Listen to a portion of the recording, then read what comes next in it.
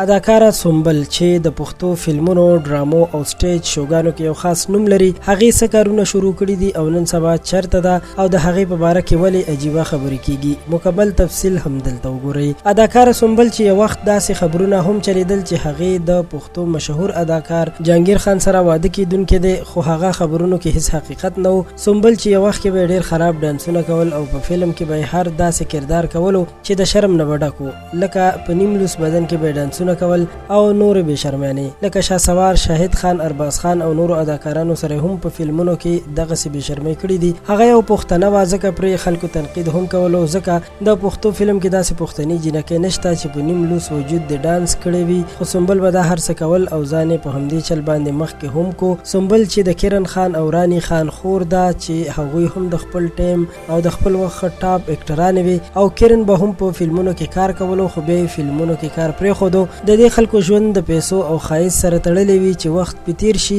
بیا ورله څوک روپۍ هم نه ورکوي، نو بیا د مجبورۍ نه په کور کینی او بیا وایي چې ما فلمونه پرېښودل، او چې کله د سختو سره مخ شي نو بیا وایي چې ما د پښتو خدمت کړی دی. خو دا هېڅکله هم د پښتو خدمت نه دی. اوس هم چې دوی کومې بې شرمیانې کوي او د پیسو لپاره ډانسونه کوي، سټیج شوګانې کوي او دوبۍ کې د ډانسونو پروګرامونه را جوړوي او هسې خپل عزت او آخرت خرابوي. موږ په هیڅ چا هم الزام نه تړو، خو د دوی هر څه به ستاسو وړاندې وي. زموږ مقصد همدغه دی چې د خلکو اصلي نقطې ته فکر شي او د دې بې شرمۍ نه نور توبه وباسي. د یو څو روپو لپاره خپل وجود او خپل عزت خرڅول، که د ډانس په شکل کې وي او که په بل شکل کې، نو ډیر خراب کار دی. په همدې کارونو خو نیلم ګل او نادیه ګل او فاطمه ګل هم هر وخت د خلکو نه بې عزتي خوري چې خاوندان په کور ناستي او دوی ورته په بې شرمۍ پیسې ګټي.